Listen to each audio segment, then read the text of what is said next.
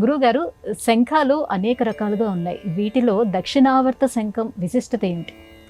శం ఖం అంటేనే, శం అంటే శుభాన్ని కలిగించే, ఖం అంటే గొయ్యి అని అర్థం. దక్షిణావర్త శంఖము ఒక అద్భుతమైన సంపదగా భావింపబడుతుంది. దైవీ శక్తి కలిగినటువంటి వస్తువులలో ప్రధానమైన వస్తువుగా భావింపబడుతుంది.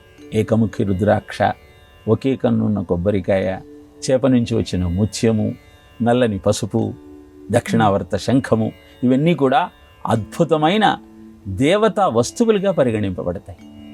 ఈ శంఖాలలో 3 రకాలు ఉంటాయి: పురుష శంఖము, స్త్రీ శంఖము, నపుంసక శంఖము అని. పురుష శంఖము అద్భుతమైన ఓంకార నాదాన్ని వినిపిస్తుంది. ఆ శంఖాన్ని పూరించినప్పుడు వచ్చే శబ్దాన్ని వినటం వల్ల అనేకమైన రుగ్మతలు అంతర్ధానమవుతాయి.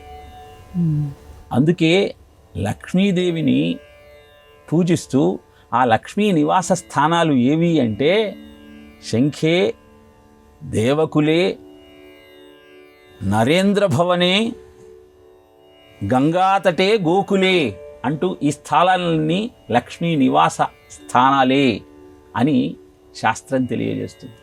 కనుక అలాంటి దక్షిణావర్త శంఖాన్ని పొందినప్పుడు పాలతో శుభ్రం చేసి నీటితో కడిగి ఒక శుభముహూర్తంలో మన పూజా గదిలో ఉంచుకోవాలి.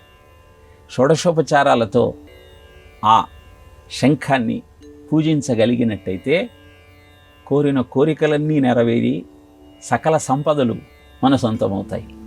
ప్రతిరోజు 10 నుంచి 12 మధ్య దొరికిన సమయంలో ఆ శంఖాన్ని పూజించగలిగితే ధనం సిద్ధిస్తుంది. 12 నుంచి 3 మధ్య ఆ శంఖాన్ని పూజించగలిగితే యశస్సు, కీర్తి లభిస్తాయి.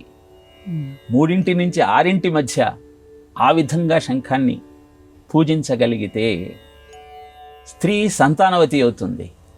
పౌర్ణమి నాడు, దీపావళి రోజు, మాస శివరాత్రి నాడు, రవి పుష్యమి నక్షత్రంలో ప్రవేశించిన రోజు విశేషంగా ఆ లక్ష్మీ నివాస స్థానమైన దక్షిణావర్త శంఖాన్ని ఆరాధన చెయ్యాలి. దీపావళి నుంచి 48 రోజులు ఆ గాయత్రీ మంత్రంతో, దక్షిణావర్త శంఖ గాయత్రీ మంత్రంతో ఆరాధించగలిగితే కోరిన కోరికలన్నీ నెరవేరుతాయి. ఇలా తంత్రశాస్త్రము దక్షిణావర్త శంఖం గురించి విశేషమైనటువంటి విషయాలను తెలియజేసింది.